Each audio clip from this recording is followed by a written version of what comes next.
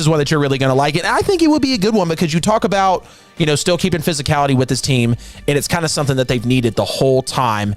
And it would make you wonder if you had a Russell Westbrook, LeBron James, and Anthony Davis, but you're sending out KCP, you're sending out Kuzma, and you're sending out a slew of picks as well. I feel like with that collateral, you give it to Washington, put the ball in their court. Hey, man, you've got Bradley Beal, who almost led the league in scoring this year, who is definitely a superstar who will drop 35, 40 points on you a night. But Russell Westbrook is still trying to find his groove, and I feel like you put him with a Lakers team. They don't need him to shoot. They don't need him to shoot at all. They've got their shooters there.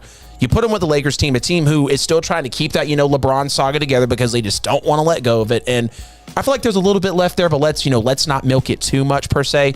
So give me a buy, sell, or hold on Russell Westbrook to the Lakers for KCP, Kuzma, and a slew of picks. I mean, I would buy that 10 times over. Yeah. Buy it again. Russell Westbrook out there. I mean, you've got now someone who has a motor that never stops coming to a team with an injury-prone guy and a guy that's near the end of his career that needs not have to actually go that hard and carry and push that motor like that anymore. So you bring Russ out. Russ would average another triple-double, which we know clearly he can do because he's done it so many times in his career already, to the point where we've now normalized the triple-double as if that's something that's easy to do, as if there's only one other player not named Russ that's ever done it. But I mean, him coming out there with Anthony Davis, I think that would prolong Anthony Davis's career. It would probably push back the injury because of the fact that he doesn't have to do that much.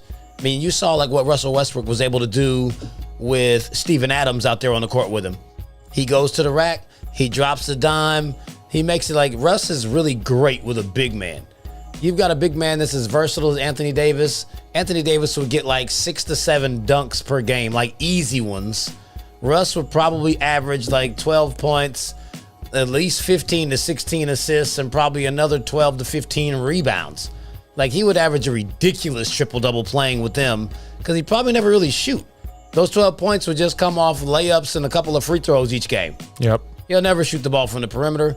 He'll make life so easy for LeBron. But with LeBron and Anthony Davis out there, the lane would be wide open, so that could in turn turn into the Westbrook layup show because no one's fast enough to stay in front of him. Right. So, I mean, the options are limitless, especially if you're keeping some of the prime players for the Lakers around. I mean, you'll definitely need to add a little shooting to that team, but that's usually not all that difficult to do, especially when older players, even guys who have retired just recently, start to see a team like this where you're like, okay, we got LeBron, we got AD, Russell Westbrook.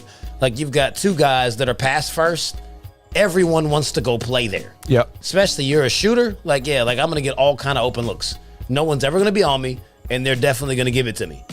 I mean, I think that could definitely work. I'm buying that. Yeah, I would buy into it as well because you look at the Lakers, like I said, it gives them someone who takes the pressure off of LeBron having to run the offense because you see his body breaking down. Like, he's still a great player in this league. Like, the knowledge that he brings, and even, I feel like LeBron, even at 70, 80%, is one of those few players in the league to where if he's not, all the way there for you, like physically, he's still going to provide so much with the knowledge and the mental of the game. And you just put a Westbrook into that. You send out a bunch of collateral for Washington to where it almost makes it feel like a deal to where, okay, why wouldn't we take this collateral? Because we know Washington's not going anywhere anytime soon. And yeah, they had a little bit of kick up and, a fight for the play-in, but they still fell short ultimately because that was where they were supposed to be.